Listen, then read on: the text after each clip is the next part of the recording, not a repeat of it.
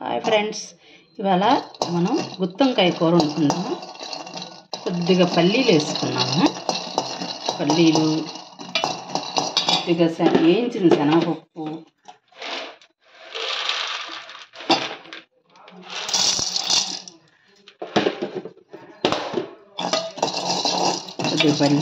కొంచెం వేయించిన శనగపప్పు, కాస్తంత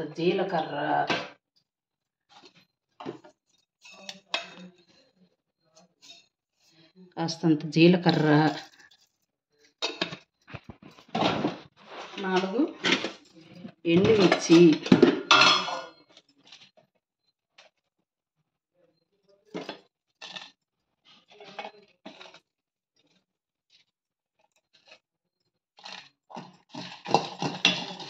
ఇది కొంచెం ఎర్రగా వేగిన తర్వాత అప్పుడు మనం మిక్సీ పట్టుకుందాం అన్నమాట గుత్తొంకాయ కూరకి.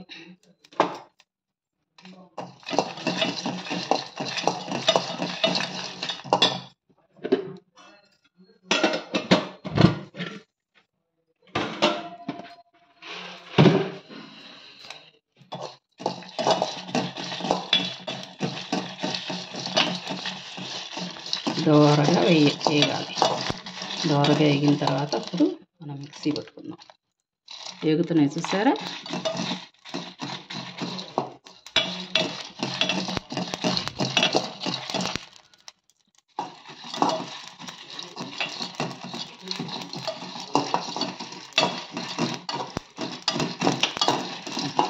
వేగిపోయి అలాగే వేగాలన్నమాట.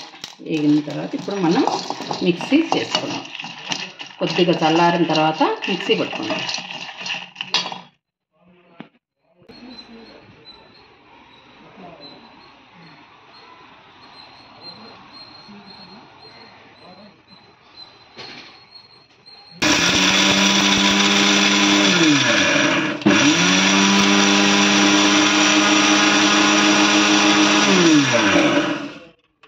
అది చూసారా? ఇప్పుడు ఇలా మెత్తగా గ్రైండర్ అయిపోయింది చూసారా? ఇట్లా అయిపోయింది కదా. ఇప్పుడు మనం వీటిని వంకాయలు కట్ చేసుకోవాలి. 4 పక్షాలుగా కట్ చేసుకొని వంకాయల్లో ఈ పొడిని పెట్టుకొని చూపిస్తాను. ఇలాగ 4 పక్షాలు చేసుకోవాలన్నమాట. పురుగది ఏమైనా ఉందా ఏంటా అనేది మనం చూసుకొని దాన్ని బట్టి వంకాయ కట్ చేసుకుంటున్నాను. వాటర్లో వేసుకోవాలన్నమాట. కాయ కండ్రెక్కకుండా నల్లబడకుండా ఉంటుందన్నమాట. కొంచెం పసుపు కూడా వేసుకోవచ్చు. కొద్దిగా సాల్టు, పసుపు ఆ వాటర్లో వేసుకొని ఇలాగా 4 పక్షాల కింద కట్ చేసేసుకొని ఇప్పుడు మనం ఇందులో ఇందాక పొడి చేసి పెట్టుకున్నాం కదా, ఆ పొడిని పెట్టుకుందాం. ఈ పొడిలోనే సరిపడంత సాల్ట్ వేసుకోవాలి. సాల్ట్ వేసుకొని ఇట్లాగా కూర్చుకొని అన్ని కాయలు అట్లాగే చేసేసుకోవాలన్నమాట. ఇప్పుడు ఇవన్నీ ఇందులో కూర్చుకున్నాం అన్నమాట. ఆ పొడంతా ఇప్పుడు పాన్ పెట్టుకుంటాం. ఇందులో ఆయిల్ వేసుకుంటున్నాను.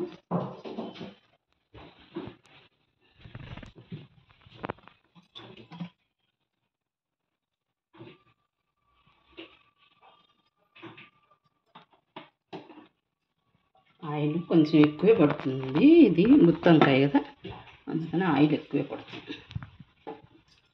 చూసారా? ఆయిల్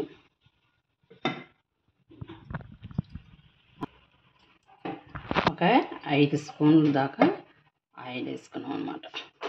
టేబుల్ స్పూన్ కింద. చూసారా? ఇప్పుడు ఒక్కొక్క కాయ మీరు ఇట్లాగా వేసుకుంటాం అన్నమాట.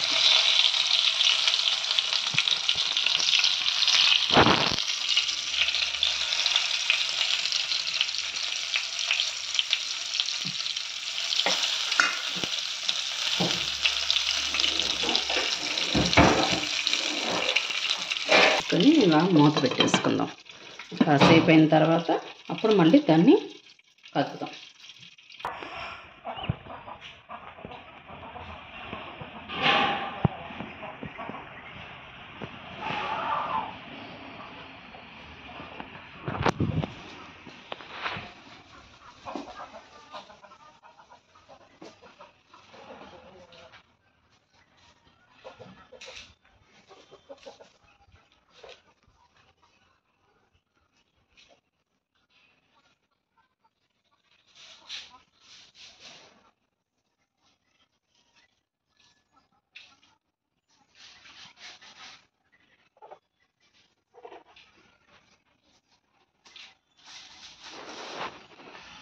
చూసారా అట్లా వస్తుంది కదా, ఇలాగా కొంచెం ఇలాగా అనుకోవాలన్నమాట.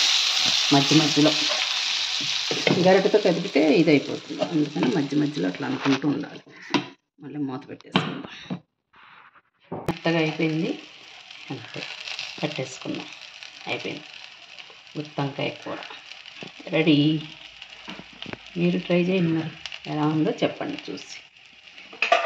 దీని మీద కొంచెం ఇది కూడా వేసుకోవచ్చు, పొడి పిండి కూడా కొంచెం చల్లుకోవచ్చు అన్నమాట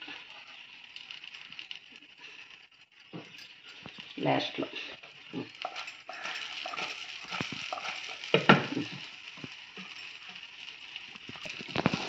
లైక్